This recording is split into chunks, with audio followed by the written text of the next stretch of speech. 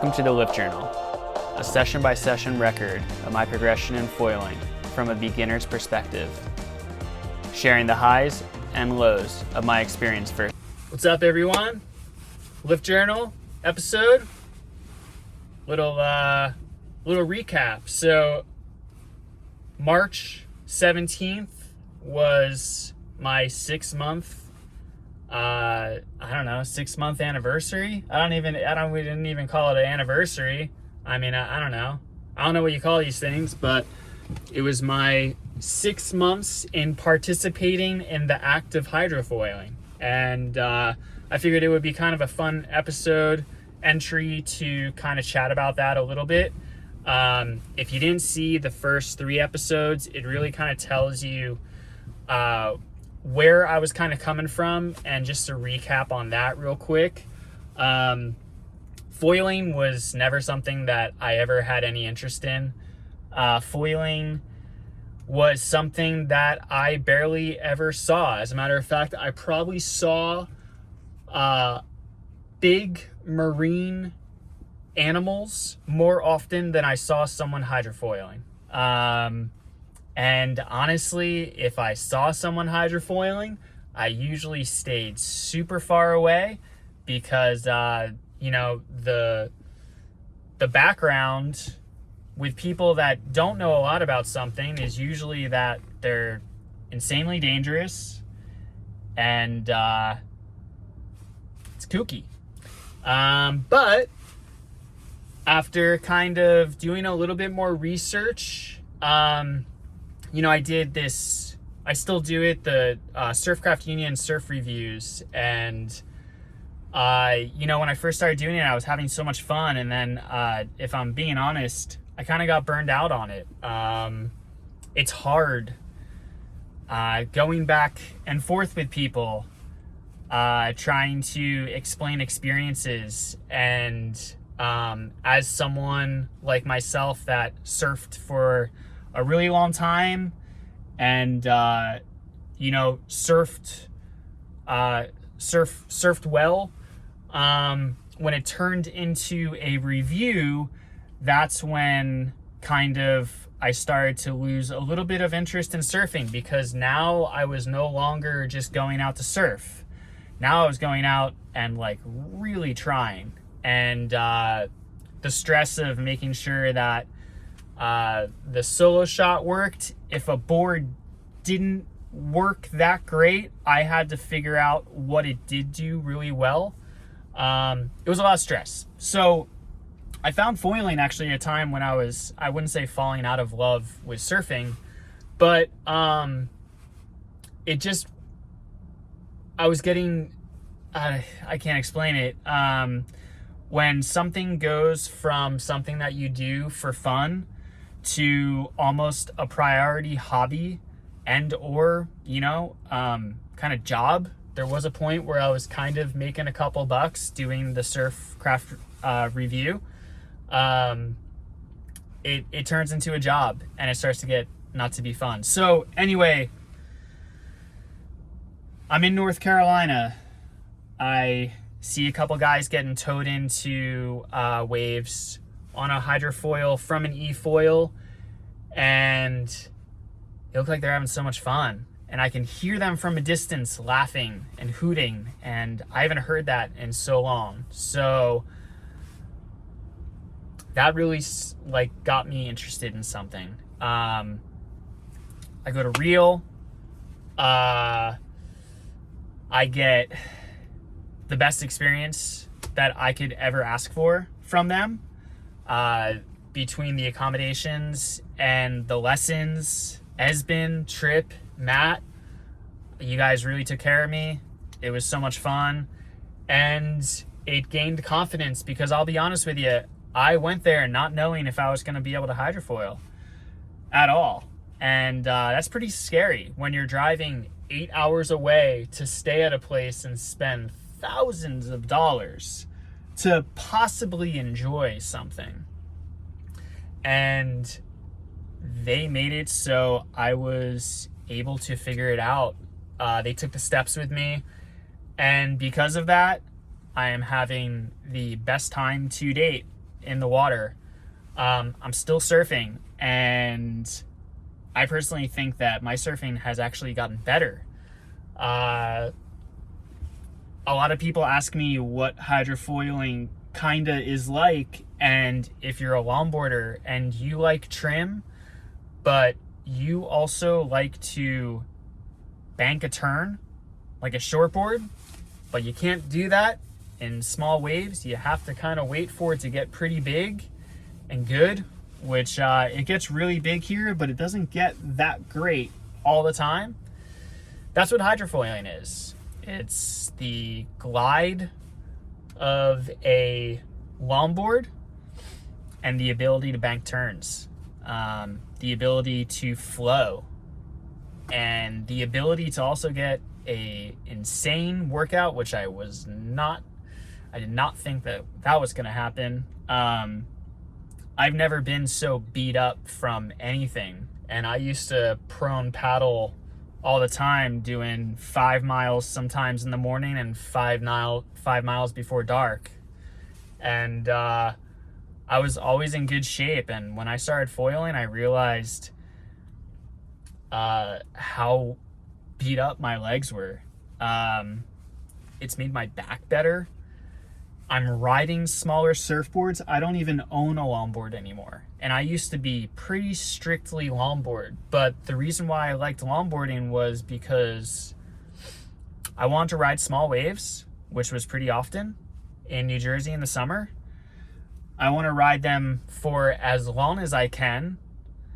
And I want to ride them with as little effort as I can. And now I'm riding smaller waves, riding waves for longer, and then pumping to other waves, and a 2-foot wave on a foil is like riding a mini ramp.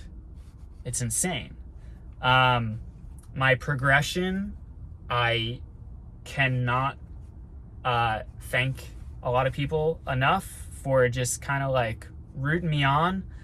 There's a couple guys that I've been foiling with that have been teaching me a lot. Tucker, Ed, you guys are awesome. It's good to go with other people that are doing the same thing, because now I'm looking for different conditions than I would surfing. So there's a lot to it.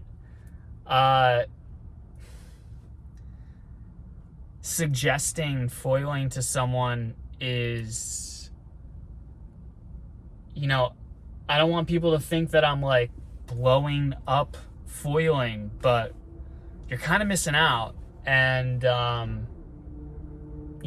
kind of reminds me of like when I was strictly into shortboards when I was in my 20s, and I would just see a couple people. That's my 8-minute mark. We're gonna go for a little longer.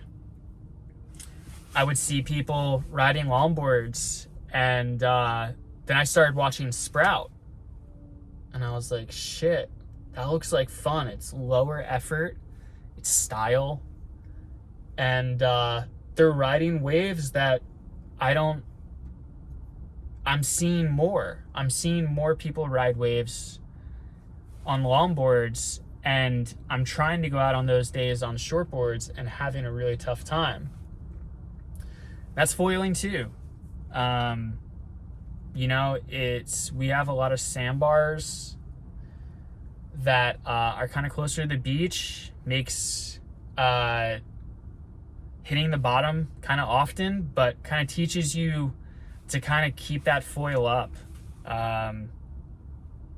But yeah, if I would have known how much fun it is, and if, the other thing about foiling is like, to someone that doesn't know a lot about foiling, the only thing that you think of is layered. And you think of a lot of the, I don't even want to say top surfers, but like more like soul surfer style people that are kind of against it. But oddly enough, some of the best surfers are the ones that are doing it. John, Kai. If you look at a lot of older pro surfers, Thomas Carroll, a lot of Australian guys, Dingo, guys that we used to see in competition back in the day, they're foiling now and they're having a blast and they're so psyched on it. And I don't want to say that it's a generation thing, but it's definitely a fountain of youth. For me, personally, I'm more excited. I now call people that don't foil after I have a good session and tell them what I did. And they don't get it because they've never tried it, but they're psyched because I sound so excited. And that's what it's about. It's about challenging yourself. It's about going out of your comfort zone, and it's about having fun. Totally dangerous, totally scary. I have been thrown off of them so many times, but I've also had some of the most fun experiences of my life. Foiling for me, time stands still like you're in a barrel. That's my personal thing on it. And the more that I get used to it, the more natural it feels. Every single time I pop up, it feels different. Every single time I do a turn, it feels different. And I'm constantly trying to do better. And that's something else that a lot of people don't consider. And I said this recently to someone that's a surfer that's never tried foiling. I said, when's the last time you worked out to get better at surfing? The guy was like, there's no reason to. It's like, well, I work out to try to get better at foiling, which means that I'm in better shape than I was because of something that I'm so excited about. And just think about that. Like the old saying, it's just like riding a bike. It's nothing like riding a bike.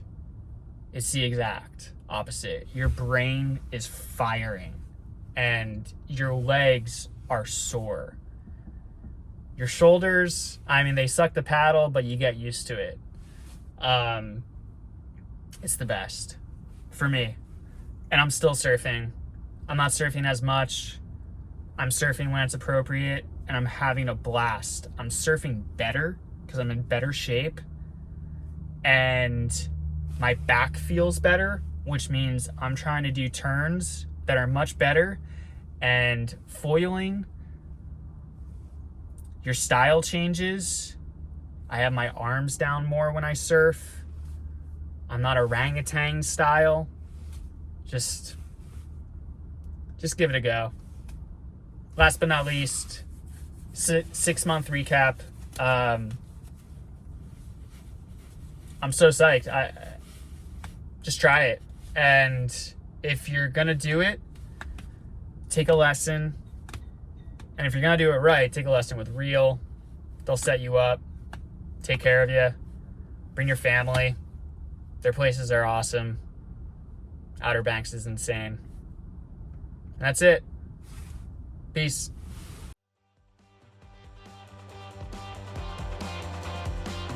Thank you everyone for tuning in. If you like this episode, please hit that like button and subscribe if you haven't already.